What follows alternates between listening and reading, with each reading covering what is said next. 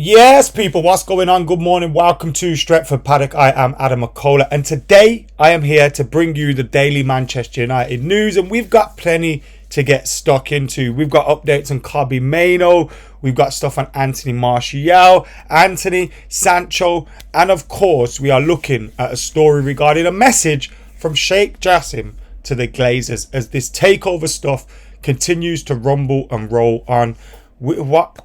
A year down the line now, and we're still no closer to knowing what the hell's going on with Manchester United and with the ownership situation at the club. And we've seen leaks, the stadium being left to go derelict in some areas. You've seen the training ground falling behind all the competition. The women's facilities aren't that great, although they have been given new training facilities at the training ground with Manchester United. But nevertheless, Manchester United are far behind some of the elite clubs in Europe, far behind.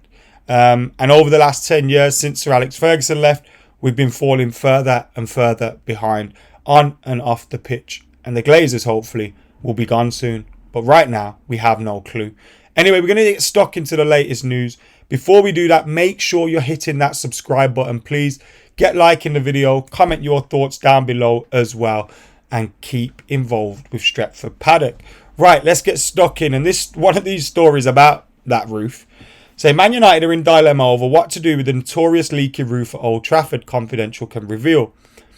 During a staff meeting at the stadium on Thursday, manager-director Colette Roche outlined the difficulties United face in trying to fix the problem that has come to symbolise the Glazers' family neglect of the club. United know that the roof over Sir Bobby Charlton stand needs replacing and repairing in other areas of the ground. However, the logistics of installing cranes over the railway line at the back of the South Stand means the work cannot be done during the season without severely restricting the match day attendance.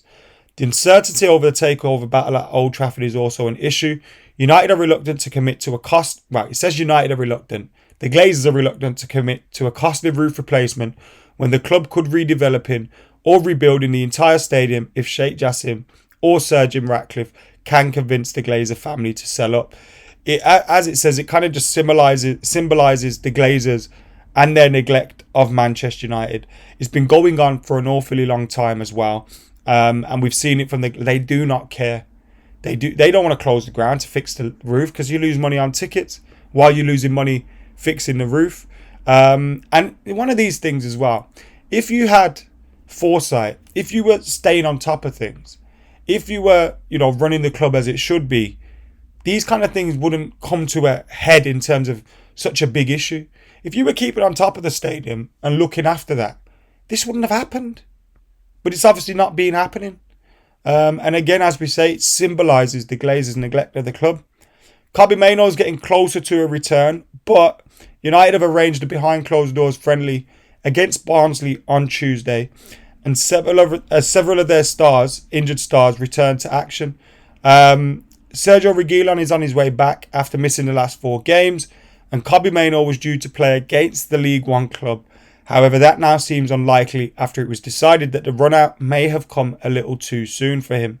Obviously, we want to see Kobbie Mainoo in the team and in the squad playing football, but we don't want to be rushing him back yet. Fingers crossed that happens.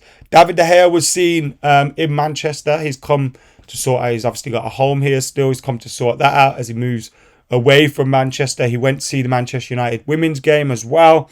They drew with PSG. So yeah, good to see David De Gea enjoying things. But I still see people talking about, why did we get Onana and not keep De Gea? Look, whether Onana's the right choice to replace De Gea or not, you can continue to have that debate. I'm sure it's open. But there was no debate in terms of letting De Gea go, I think. I think it was the right time. And even the fact that he's no longer got a club, no one's coming for him, shows you United were right. As much as I love De Gea, he'd done so much for the club over such a long period of time. Fantastic player. But the time was right. Right then. We hear Man United entered the international break with a win, but still have a lot of T's uncrossed and I's undotted.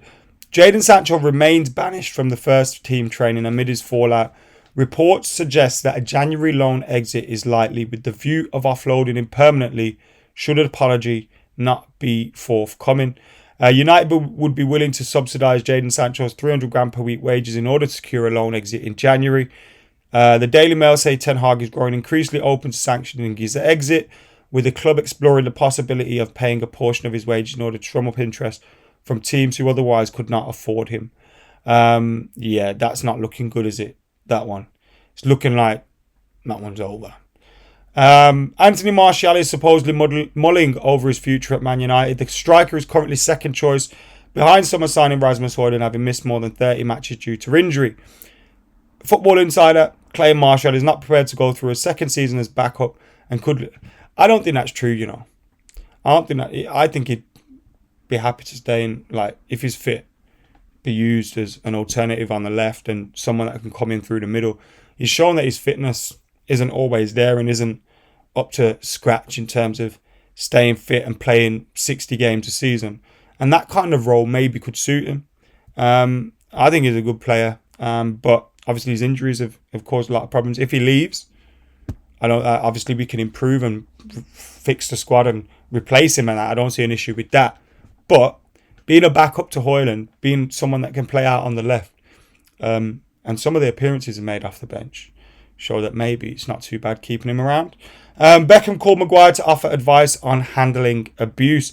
Harry Maguire has revealed how David Beckham called him after England's win over Scotland last month to offer the centre-back advice on how to handle the abuse he was being faced with. I actually spoke with Beckham about 3 weeks ago after the game. He got in touch with me, so it was really nice of him and I really appreciate it. If you watch the documentary, David explains a lot of how he dealt with it. What he dealt with was on a whole different scale. That's not to say Harry Maguire isn't going through it or hasn't gone through it. Of course he has. Everyone's different and things are different for everybody. But what Beckham went through, geez, I don't think we'll see another player go through that again. You kind of seen it happen early days of Rooney's career as well, where they kind of, you know, made a stereotype out of him and constantly front page, back page, you know, all these different things of him, weird cartoons and that, slagging off his accent, his upbringing, etc. Like, you saw it a lot then. You don't see it as much now, thankfully. You do still see shit out gutter journalism, but I'm on about like the targeted campaigns of just absolute hate. I've got one more story to read. Man United takeover roundup. Jeez, I'm so fed up of this. Just be over already. Sheikh Jassim sends a 9-word message as Ratcliffe gets boost. November will mark an entire year since the Glazer family announced a strategic review to explore investment options, including a potential sale of United. Right, let me just find the juicy bit of this because this is just... everyone knows what's going on. Ratcliffe is reportedly exploring potential minority investment, which would see the Glazers retain control at Old Trafford, but likely start a phased full takeover. Sheikh Jassim is said to want nothing less than 100% of United and isn't showing signs of improving his $5 billion offer. According to the journalist Ben Jacobs, Sheikh Jassim's camp has told the Glazers, you either give us everything or we're walking away. Alright then, I'm sure that's going to work. Anyway, that's the latest. As you can see, it's not really an update, is it? That is the latest though. Let us know your thoughts in the comments below. Make sure you're keeping it like, comment, share, subscribe. And we'll be back very, very soon. See you in a bit.